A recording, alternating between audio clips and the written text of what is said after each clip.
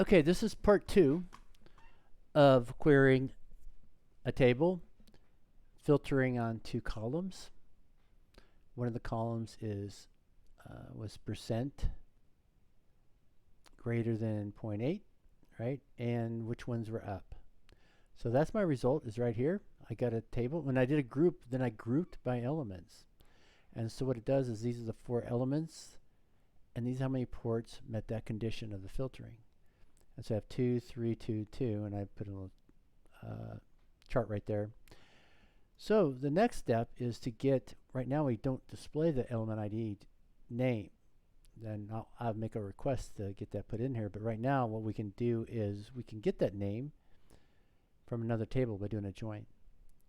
And so what I did here is I created an element list query, and all I did was I queried all the elements in my system, and I looked for the element ID, and I selected element ID, name, and protocol columns, and then I did I'll show you. I did a filter on protocol. So what I did is I did a get elements, I did a select, I chose element ID, name, and protocol, and then after that I filtered on the protocol. Contains Cisco Manager. That's all it was. It's pretty easy. All right, done with that. What I'm going to do now is I'm going to create this new table, and I'm going to join this one and this one. And when I say, and I'm going to do an inner join, and I'll show you right here. This is the query, port query table where I did the filtering on the bandwidth utilization, and the other column interface operation state. This is just the table I just created that's an element list, and it has the name in it and the element ID. And so what's going to be common between the two and the join is the element ID. So everything that matches this table and this table that has the same element ID will be put into a new table. Okay. So I'm going to actually go up to this query and build onto it. So I'm going to expand this, and here's the query. I did a Cisco Manager, production, the table, this column, utilization. I did, I guess I only did one column, but we could do 2 column. Do I do another filter? Then I did an aggregation by the column if customer description, account, and I grouped by element ID. So now what I'm going to do is I'm going to do a join. I'm going to do a join. I'm going to do the inner. I am going to get elements. I'm going to select, and this is going to take a second because I have a lot of properties in this table, so I'm going to go ahead and pause this really quickly while I click all those off. Okay, I'm continuing. What I did is I clicked all the other properties off, and I just have in this table, in this query, I'm going to have the element ID, name, and protocol. This is what we're going to have right here, just like that. Okay. After I do that, I'm going to filter on protocol and contains, and this will be the name of my protocol, Cisco Manager as such. Okay. Now I have this table and this table, and I want to do a join. So I'm going to join a column that will have a parameter that's, or a value that is common between the two, that matches. So I'm going to do element ID, this table, and I'm going to do element ID in the join. So now here's my new table. So let me move this over. And we can see everything in those two were joined together.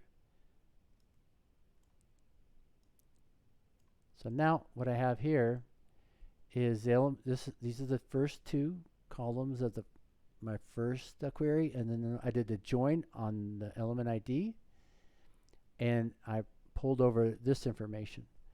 Now I probably don't need to show the protocol. I can probably get rid of that. But anyway, this is the information. I can move it over, and we can do some more removing some of this. If I go up here, let me close that, open it back up. So now I can actually filter on these, I believe. Let's do the element ID.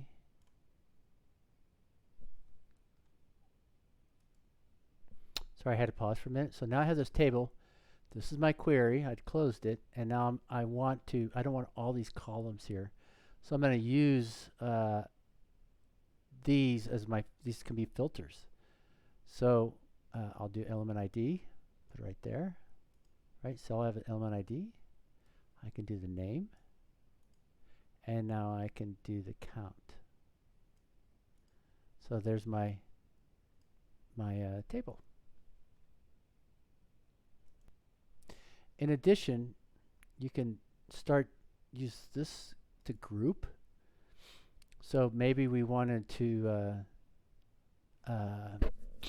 group by something else. I probably have to add the, let's see, I can go like element ID. Not going to really mean much here because we're not, but it's sort of like a pivot table, which you can do right there. But since we all have a distinct count, we're not really going to see any benefit from that. In addition, we could do something else that's sort of neat, and we could add another property. And what I mean by that, this could be like a region or something, like one of the regions. These are in a different market. And as I mentioned, if I go back down to my select here, I have a lot of different, these are some properties I put into my lab system. And so I have a floor, I think. And if I click that, I would actually now have another column that I could look at. And I could maybe filter that by, you could do regions if would be one example. So then I could have like maybe these fall into different regions. So let me close this again. And so now I have location floor. And if I put this in here, say I have location floor, but this could be a like this is basement and this is first floor. But this could be like regions. So we could put the property of what element these are regions of, in what regions they're in. Okay, after a quick pause, I actually, like I showed how I have a location floor. That's an extra property I can put on each element. And what I did was I just went in here and I also did a select and location room. So this could also provide more information. So if I had a location room, so now like I have utility room, and now I can now start grouping by that too if I wanted to. Just another example of what we can do. So now I can do location room. I put there. Now you can see I can group. Here's room. This is my utility room. This could be like region. And then you could have even like the location, stuff like that. Anyway, just some different ideas what you could do.